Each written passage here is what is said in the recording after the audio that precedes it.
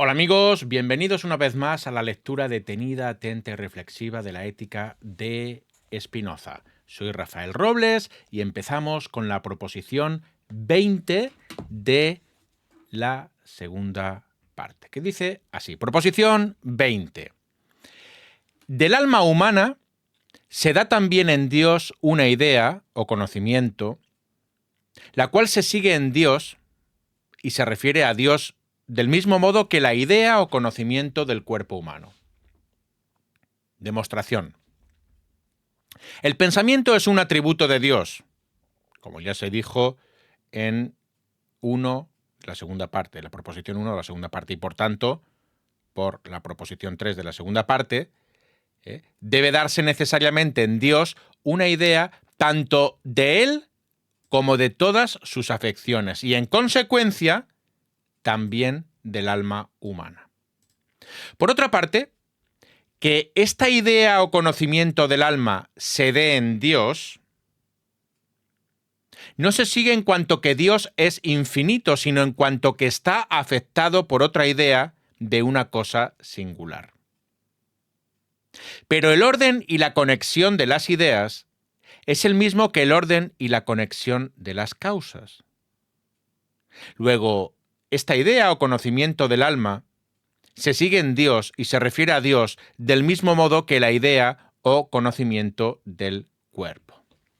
Sigue aquí Spinoza insistiendo en esa idea, quiere demostrar geométricamente, como si fuera matemática, la metafísica como si fuera lógica, deductiva, quiere deducir que Dios y el cuerpo humano, que el Dios y los cuerpos, los objetos, que Dios y la naturaleza coinciden, que es lo mismo. Proposición 21 dice: esta idea del alma está unida al alma del mismo modo que la misma alma está unida al cuerpo. ¿De acuerdo? Tenemos una idea del alma y la idea del alma está unida al alma, igual que el alma está unida al cuerpo. ¿De acuerdo? Tenemos, por tanto, aquí podríamos decir, idea del alma. ¿Bien? Idea del alma. Y la idea del alma, hemos visto aquí que está unida al alma. Está unida al alma. Y prosigue diciendo, del mismo modo que el alma está unida al cuerpo. ¿De acuerdo? El alma está unida al cuerpo.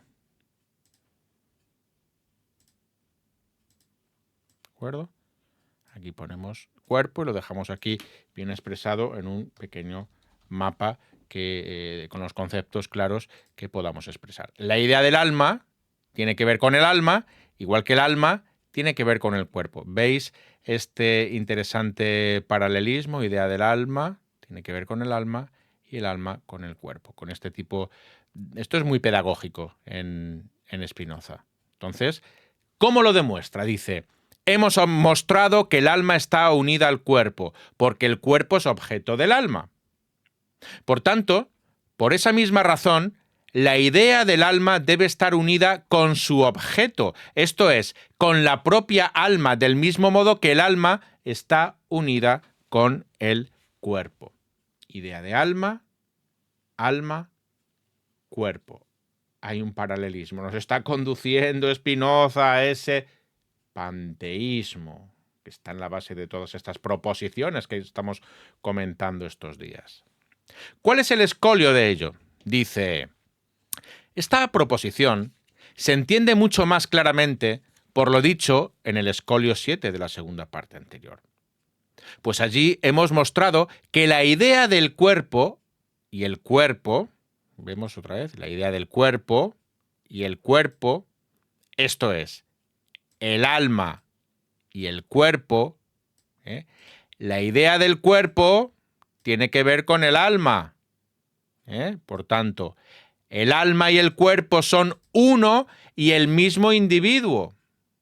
que se concibe ora bajo el atributo de pensamiento, ora bajo el atributo de extensión. Y esto es súper, súper importante. ¿De acuerdo? Atributo de pensamiento es el alma y atributo de la extensión es el cuerpo. Pero alma y cuerpo son lo mismo, solo que uno, repito, tiene un atributo, que es el pensamiento, y otro tiene otro. Yo soy un cuerpo, yo soy un alma, yo soy un todo, yo soy un todo. Alma y cuerpo. No hay diferencia entre cuerpo y alma. La única diferencia entre esta cosa que soy yo es que hay un atributo. Yo pienso, ahora mismo estoy pensando con todos ustedes, estoy pensando el atributo, como dice aquí, el atributo del pensamiento que tiene que ver con mi alma. Y hay un cuerpo aquí, hay un cuerpo que toca las palmas ahora, que está afectado, que es extensión, que es el atributo de la extensión. ¿De acuerdo? Esto es súper importante en Spinoza. El alma y el cuerpo son uno y el mismo individuo. Yo soy alma y cuerpo. Pero cuidado, eso no tiene nada que ver con el dualismo cartesiano. Recordamos, Spinoza es monista, una única sustancia. Deus sive natura. Pero soluciona Spinoza ese problema de la relación entre la mente y el cuerpo, el alma y el cuerpo, diciendo que son atributos de una única sustancia. Alma y cuerpo. De ahí que la idea del alma y el alma misma es una misma cosa que se concibe bajo uno y el mismo atributo, a saber, el atributo del pensamiento. ¿De acuerdo? Cuando tenemos una idea del alma, cuando tenemos el alma, ambas son cosas, son atributos del pensamiento. Digo que de la misma potencia de pensar se sigue que la idea del alma y el alma misma se dan en Dios con la misma necesidad. Porque en realidad la idea del alma, esto es, la idea de la idea, no es otra cosa que la forma de la idea, en cuanto que ésta es considerada como un modo de pensar sin relación al objeto. La idea de alma, ahí no hay un objeto claro. ¿Ves? No hay una relación con un objeto, no hay una relación con un cuerpo. La idea de alma. Pues tan pronto alguien sabe algo, sabe por eso mismo que lo sabe. Y a la vez sabe que lo sabe y así al infinito. Pero de esto hablaré después. Yo sé que sé, que sé, que sé, que sé, que sé, que sé. ¿Dónde está esa extensión, ese objeto al que se refiere ese saber? Que sé, que sé, que sé, que sé, que sé, que sé, que sé. Luego lo va a tratar más adelante. Proposición 22. El alma humana no solo percibe las afecciones del cuerpo, sino también las ideas de estas afecciones. Demostración. Las ideas de las afecciones se siguen en Dios y se refieren a Dios del mismo modo que las ideas mismas de las afecciones. Lo cual se demuestra de la misma manera que en la proposición 20 de la segunda parte que hemos visto al principio. Es así que las ideas de las afecciones del cuerpo están en el alma humana, esto es, en el corolario 11 de la segunda parte, esto es, en Dios, en cuanto que constituye la esencia del alma humana. Luego, las ideas de estas ideas estarán en Dios en cuanto que tiene el conocimiento o idea del alma humana. Esto es, en la misma alma humana, la cual percibe, por tanto, no solo las afecciones del cuerpo, sino también las ideas de estas. Las ideas, de las ideas, de las ideas, de las ideas. ¿Dónde está todo eso contenido? En Dios. Pero nosotros, que somos también alma, Somos atributo, el atributo, el pensamiento. Ese pensamiento es parte de Dios, es parte de la sustancia única.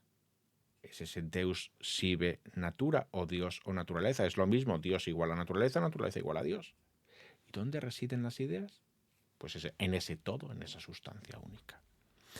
La idea clave de Spinoza es que no hay diferencia entre cuerpo y alma, cuerpo y mente. Es una sola cosa. Proposición 23. El alma no se conoce a sí misma, sino en cuanto que percibe las ideas de las afecciones del cuerpo. ¿De acuerdo? Hay un aire de familia en todas estas últimas proposiciones, ¿no? Un alma no se puede percibir a sí misma si no se encuadra en un cuerpo. Un alma suelta en la nada, en el vacío, no puede percibir nada. Necesita de ese cuerpo, pero tenemos clara una cosa: alma y cuerpo es lo mismo en Spinoza. Bajo atributos distintos. Atributo de pensamiento, alma; atributo de extensión, el cuerpo. Pero es la misma sustancia. Y prosigue así. Demostración. La idea o conocimiento del alma se sigue en Dios y se refiere a Dios de la misma manera que la idea o conocimiento del cuerpo.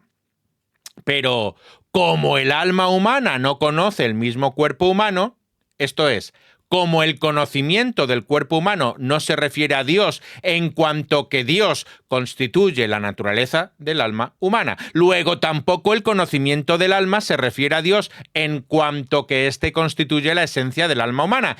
Y por tanto, el alma humana no se conoce a sí misma en este sentido.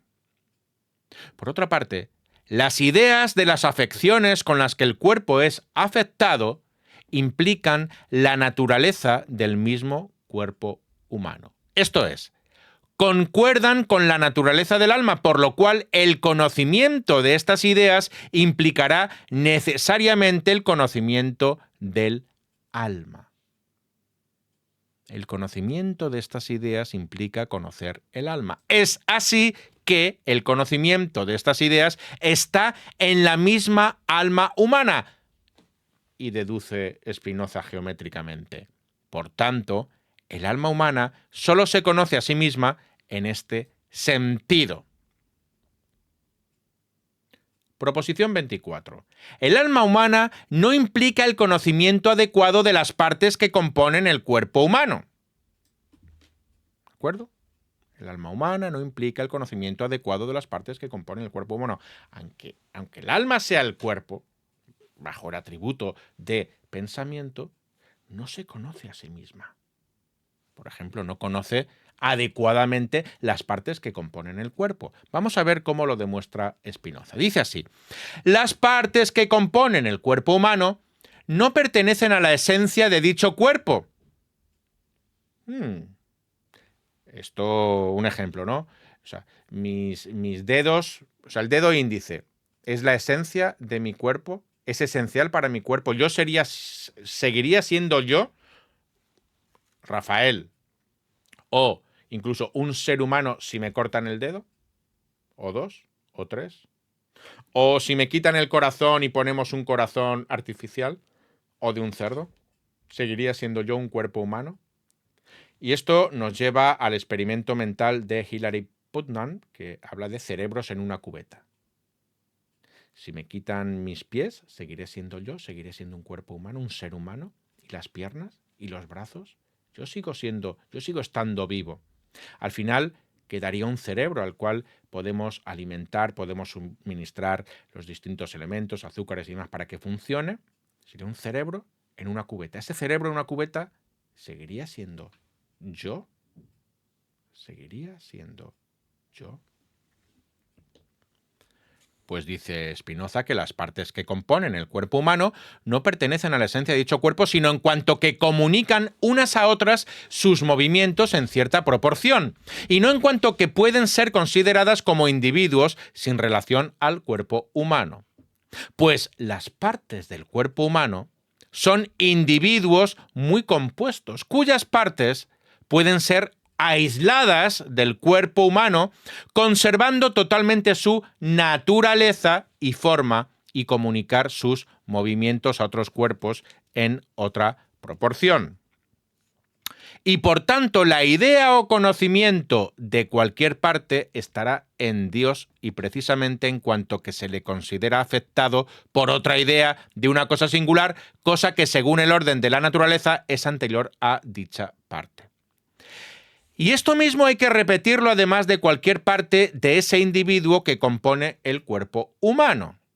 Y por tanto, el conocimiento de cualquier parte que compone el cuerpo humano se da en Dios en cuanto que está afectado por muchísimas ideas de cosas y no en cuanto que solo tiene la idea del cuerpo humano, esto es, la idea que constituye la naturaleza del alma humana. Por consiguiente, el alma humana no implica el conocimiento adecuado de las partes que componen el cuerpo humano. ¿De acuerdo? Esto a lo mejor se entiende con un ejemplo muy claro. Ustedes tienen un cuadro de Van Gogh, por ejemplo. Para entender y comprender ese cuadro de Van Gogh, hay que conocer todos y cada uno de los pigmentos que componen el cuadro, cada uno de los átomos, las plantas de las cuales se han extraído esos pigmentos, esas pinturas. No, hay que verlo como un todo. Hombre, se supone que en esa idea spinoziana de Dios están contenidos absolutamente todos los elementos, incluidos los pigmentitos que conforman el cuadro. Cada mínimo elemento de nuestro organismo. Los glóbulos rojos que nos contienen todos, el más mínimo que esté por ahí perdido, cualquier cosita, cualquier cilio que haya por ahí en nuestro estómago. Todo eso nos compone, pero no es preciso conocer todos esos elementos para conocer la naturaleza humana. El ser humano no es la suma de sus componentes, trasciende todo eso. Trasciende los átomos. Proposición 25. La idea de una afección cualquiera del cuerpo humano no implica el conocimiento adecuado del cuerpo exterior. Repito, la idea de una afección cualquiera del cuerpo humano, tenemos la idea de algo que nos afecta a nuestro cuerpo humano.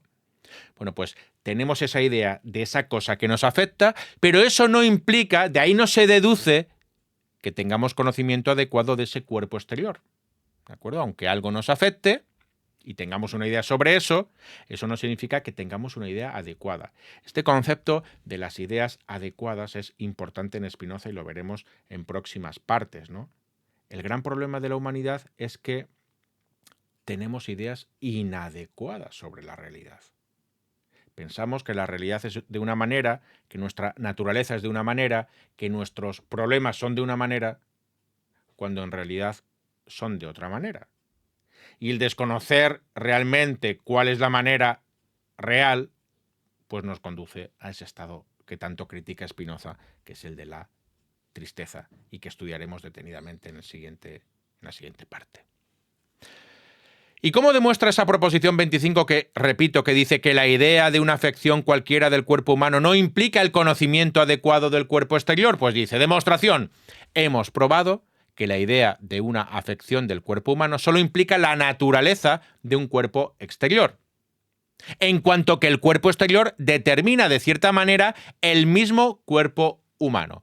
Pero en cuanto que el cuerpo exterior es un individuo que no se refiere al cuerpo humano, su idea o conocimiento está en Dios.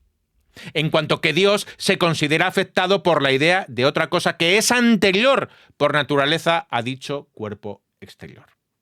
Por tanto, el conocimiento adecuado del cuerpo exterior no está en Dios en cuanto que tiene la idea de la afección del cuerpo humano. Es decir, que la idea de la afección del cuerpo humano no implica el conocimiento adecuado del cuerpo exterior.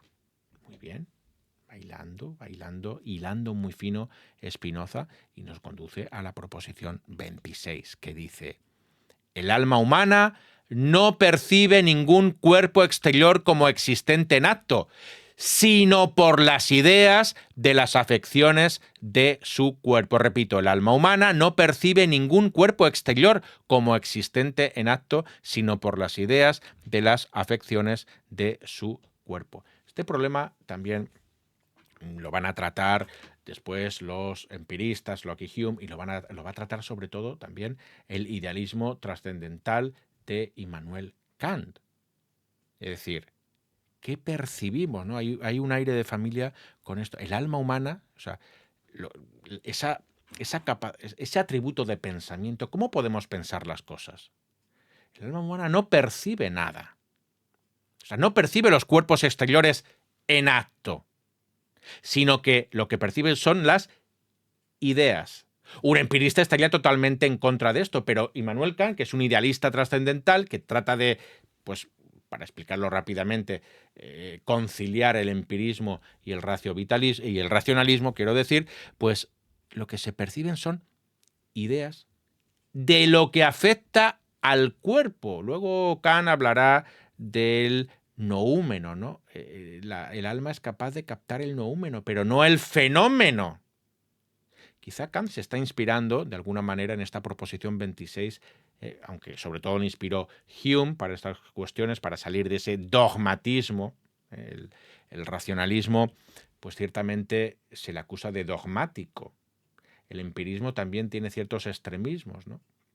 Y ese idealismo trascendental intenta salir de ese dogma, de esa imposición, ese porque sí, en el que de alguna manera también cayeron pues, los racionalistas, ¿no? Descartes, después de explicar todo su racionalismo, al final tiene que meter la figura de Dios para fundamentarlo todo, ¿no?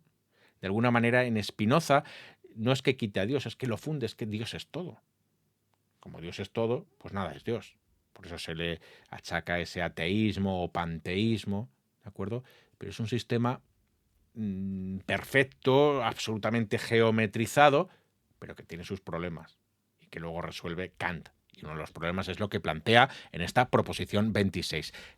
Repito, el alma humana no percibe ningún cuerpo exterior como existente en acto, sino por las ideas de las afecciones de su cuerpo. ¿Cómo lo demuestra? Dice, si el cuerpo humano no ha sido de alguna manera afectado por algún cuerpo exterior, tampoco la idea del cuerpo humano, esto es, tampoco el alma humana, es afectada en modo alguno por la idea de la existencia de dicho cuerpo. Es decir, que no percibe de ningún modo la existencia de aquel cuerpo exterior. En cambio, en la medida en que el cuerpo humano es de alguna manera afectado por algún cuerpo exterior, también el alma percibe el cuerpo exterior. ¿Cuál es el corolario de esto? En cuanto que el alma imagina un cuerpo exterior, no tiene de él un conocimiento adecuado. Demostración.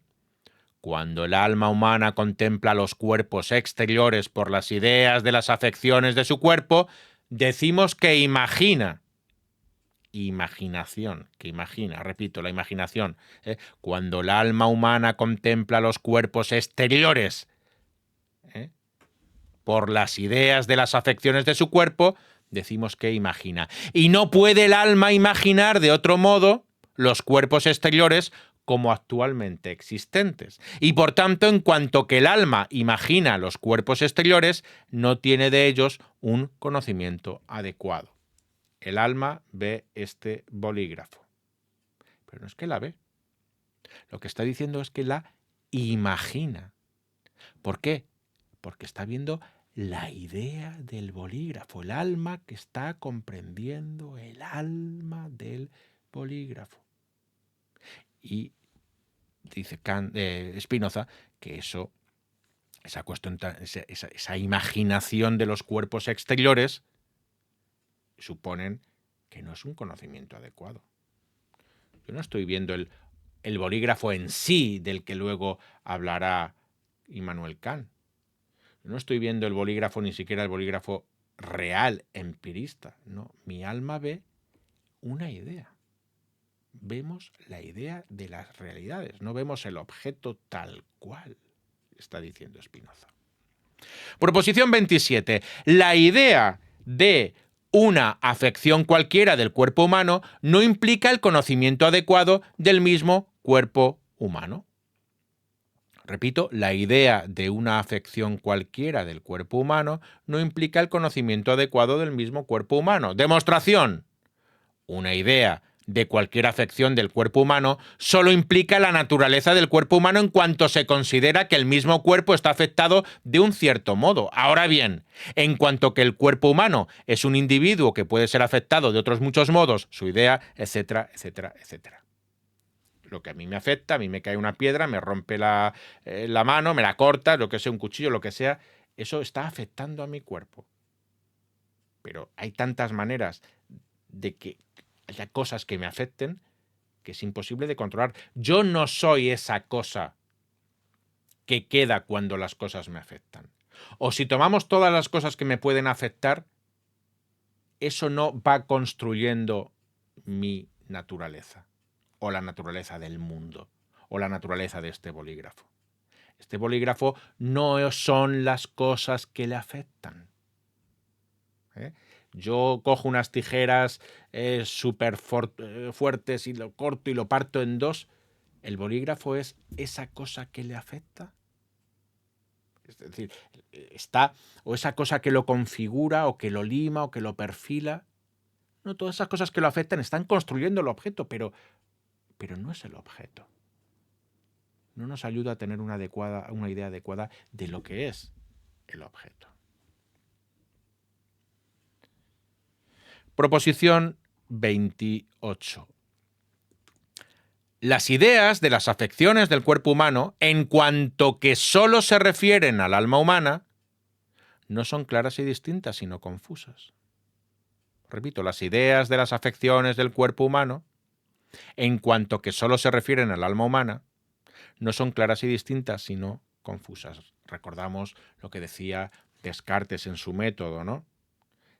La primera parte del método, para poder aplicar el método, tiene que haber una evidencia. Y esa evidencia ha de tener dos características: la claridad y la distinción. Que sean claras y distintas. Pues bien, una idea de la afección del cuerpo humano, no es clara y no es distinta. Se confunde, se mezcla con otras cosas. No lo podemos separar.